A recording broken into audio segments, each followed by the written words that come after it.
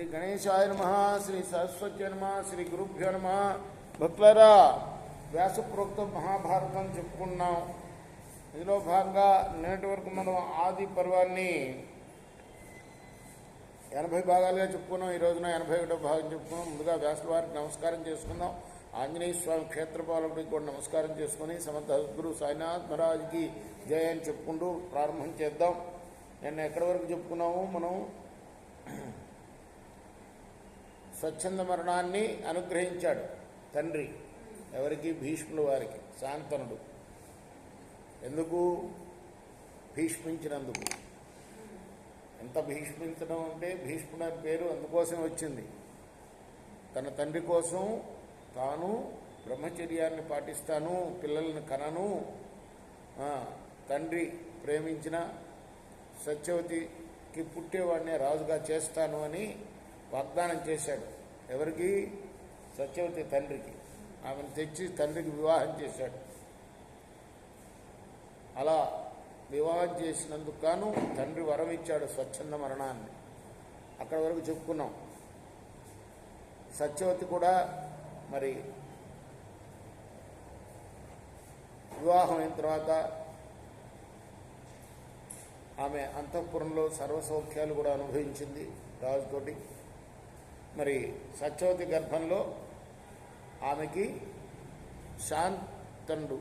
శాంతనుడికి సత్యవతి గర్భంలో ఒక కొడుకు పుట్టాడు. ఆయన పేరే చిత్రాంగదుడు. ఆ తర్వాత ఇంకొక కొడుకు కూడా పుట్టాడు, విచిత్ర వీర్యుడు అని. అయితే ఈ చిత్రాంగదుడు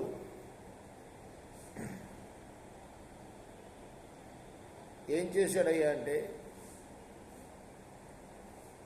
మొత్తం రాక్షసుల్ని, తర్వాత మనుష్యుల్ని, దేవతల్ని కూడా లెక్క లేకుండా దాడి చేసి ఓడిస్తూ ఉండేవాడు. యుద్ధాలే పని రోజు. ఇలా ఉండగా ఒక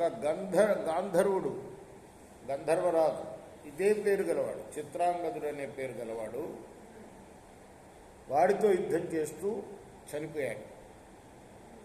మరి ఆ తర్వాత పుట్టిన విచిత్ర వీరుడు ఇంకా బాలుడుగానే ఉన్నాడు, చిన్నవాడే పాపం. అయినా కూడా భీష్ముడు అతన్ని సింహాసనం మీద కూర్చోబెట్టి తల్లి సలహాతో, సత్యవతి సలహాతో పరిపాలన కొనసాగిస్తూ ఉన్నాడు. ఆ తర్వాత మరి ఆయనకి యవ్వనం వచ్చిన తర్వాత, అప్పటిదాకా జాగ్రత్తగా కాపాడాడు రాజ్యాన్ని. యవ్వనం వచ్చిన తర్వాత కన్యాన్వేషణకి బయలుదేరాడు. ఆ అబ్బాయికి కన్యలను వెతకడానికి కాశీనగరంలో అక్కడ స్వయంవరం జరుగుతుందని విని అక్కడికి వెళ్ళాడు. అక్కడి వరకు ఆపుతాం, రేపు కొనసాగిద్దాం. కృష్ణార్పణ.